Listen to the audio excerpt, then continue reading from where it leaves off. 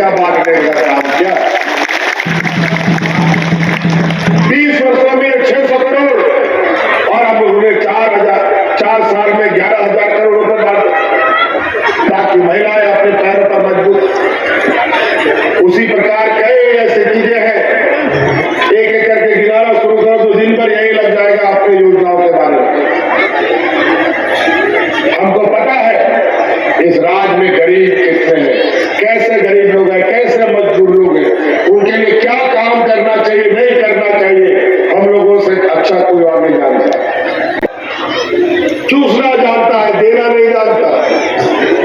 आज भी हमारे गांव देहात में इतने गरीब गरीब लोग हैं जो लोग अपना छोटा छोटा जरूरतों के लिए, स्कूल का बच्चा का फीस के लिए, कभी कभी किसी इलाज के लिए उधार और कर्जा लेते हैं, बिजली का बिल जमा करने के लिए कर्जा लेते हैं, अपना जेवर गहना गिरवी रखता है, तब जाके बिजली का बिल चुकता होता है।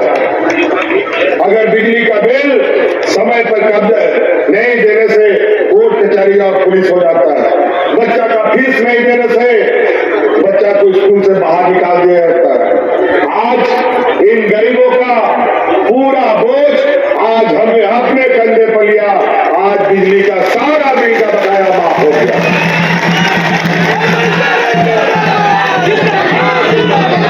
बिजली का बिल बकाया हुआ कि नहीं? बिजली का बिल बकाया हो गया? बोझ कम हुआ कि नहीं? चलिए पूछिए भारतीय जनता पार्टी के लोगों से कि इन लोगों ने 20 सालों में इस राज्य के गरीबों का बोझ कितना कम किया। गांव में 1-2 लोगों को वृद्धा पेंशन मिलता था, 1-2 महिलाओं को विधवा पेंशन मिलता था, क्योंकि उन लोगों ने नियम बना रखा था कि लिमिट है, इससे अधिक हम लोग पेंशन नहीं दे सकता। हमने सारा लिमिट हटा दिया। इस राज्य के हर बुजुर्ग, हर महिलाओं को हम सरकार की तरफ से पेंशन देते हैं और ये देश का पहला राज्य है जहां सर्वजन पेंशन चलता है। ये बेईमान लोग, ये लोग बुढ़ापे का भी लाठी छीन लेता है। अरे गुरुआ, चाहे कोई भी व्यक्ति हो, आज राज्य में जितने भी कर्मचारी हैं और देश में जितना भी कर्मचारी है, सरकारी कर्मचारी, इनको रिटायरमेंट के बाद कोई पेंशन नहीं मिलता है। इनका सारा पेंशन का पैसा बाजार में, शेयर बाजार में लगा देता है और आज शेयर बाजार पनडुब्बी की तरह। किसानों ने आत्महत्या किया बोझ और कर्ज की वजह से।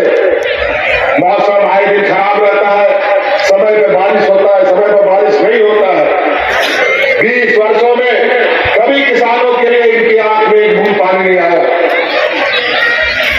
राज्य अलग होने के बाद पहली बार किसानों का 2 लाख रुपया तक का ऋण माफ करने का काम हमारी सरकार ने किया।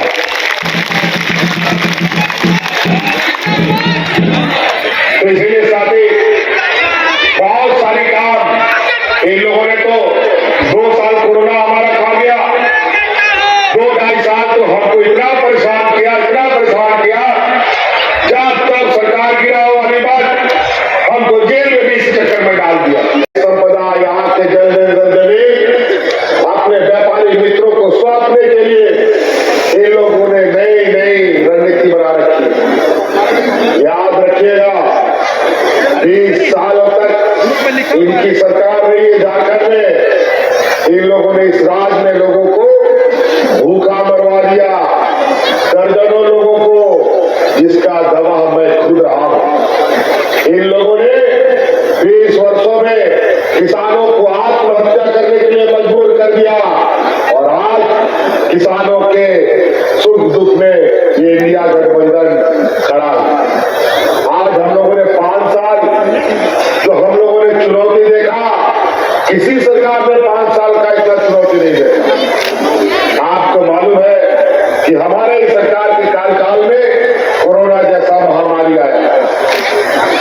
2.5 साल कोरोना हमारा खा गया, लेकिन यहाँ की जनता को बचाने के लिए हम लोगों ने एक छोटी एक कर दी और इस राज्य की जनता को तो हम लोगों ने बचा लिया। हमारे टाइगर भाई जगन्नाथ महातो जी, कोरोना उनको साथ लेके चला गया। लेकर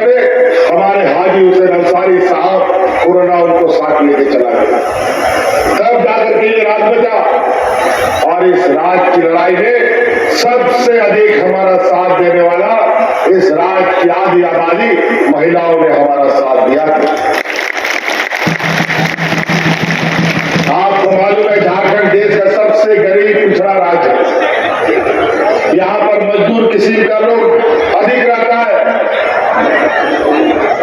आज कोई मजदूर मजदूरी नहीं करता है तो उसका घर का चूल्हा भी नहीं जलता है, पूरा परिवार को सोना पड़ता है भूखा। ऐसे कोरोना की महामारी में भी अगर वो मजदूर घर में रहेगा तो भूखा मरता है और बाहर निकलता तो कोरोना उसको खा जाता। और उस समय हमारी महिलाओं ने गांव-गांव, पंचायत मुख्यमंत्री दाल भात योजना चला करके उन गरीबों को मुफ्त में खाना खिलाने का काम किया। और उसी समय हमने यह संकल्प लिया कि इस राज्य की महिलाओं को उनके पैरों पे हम खड़ा करेंगे, इस राज्य की महिलाओं को सशक्त करेंगे। उसके तहत आज हमने मुख्यमंत्री महिला सम्मान योजना लाया है और आज राज्य के 50 लाख से अधिक महिलाओं के खाते में 1,000 रुपया जा रहा है। संपदा यहाँ के जमीन अपने व्यापारी मित्रों को सौंपने के लिए इन लोगों ने नई रणनीति बना रखी है। याद रखिएगा 20 सालों तक इनकी सरकार रही है झारखंड में। इन लोगों ने इस राज्य में लोगों को भूखा मरवा दिया, दर्जनों लोगों को, जिसका गवाह मैं खुद रहा हूं। इन लोगों ने 20 वर्षों में किसानों को आत्महत्या करने के लिए मजबूर कर दिया और आज किसानों के सुख दुख में ये इंडिया गठबंधन खड़ा है। आज हम लोगों ने 5 साल जो हम लोगों ने चुनौती देखा, किसी सरकार ने 5 साल का इतना चुनौती नहीं देखा। आरक्षण खत्म करने का बात कौन बोल रहा है?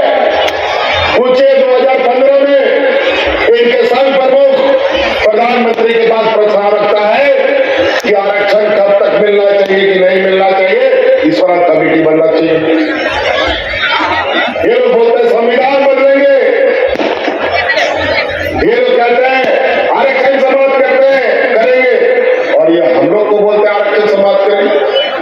और याद रखिएगा ये चुनाव में अगर हम लोगों ने कोई गलती की तो दिल्ली में बैठे ये लोग इस राज्य में डिलिमिटेशन करके हमारे सभी अधिकारों को खत्म करने का काम करेंगे। इसमें साथ ही बहुत सारी बातें, इन कम शब्दों को अधिक समझने का प्रयास कीजिए आप सब लोग, क्योंकि आज समय धीरे धीरे चुनाव की ओर आ रहा है। 20 तारीख को वोट है, ये तो बहुत बढ़िया।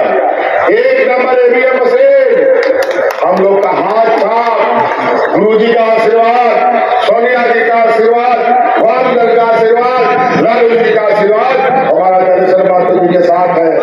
जिताइएगा ना, पक्का जिताइएगा ना। और यहाँ पर जो गुंडों बवालियों का जो जमात है, इनको सफाया करना है तो जलेसर जी को दिखाना पड़ेगा। अपना हक अधिकार घर में लाना है, द्वारे लाना है तो जलेसर माता जी को आपको बताना। ये लोग बेटी रोटी माटी का बात करता है। क्या बेटी, क्या रोटी, क्या माटी का बात करेगा? आज इस देश के यहाँ के बोलवा देश के रैयतों को विस्थापित करने वाले इन्हीं का व्यापारी जमात के लोग। रोटी का बात, डबल इंजन की सरकार में राशन कार्ड लेकर के लोग भाग करके मर गया। क्या रोटी का बात करेगा? बेटी का बात करता है। असम का मुख्यमंत्री यहाँ पर साल भर से बन रहा है, हमारा सरकार गिराने में लगा रहा। और आज यहाँ पर उससे पूछो कि आप असम के मुख्यमंत्री, नॉर्थ ईस्ट डेवलपमेंट अथॉरिटी का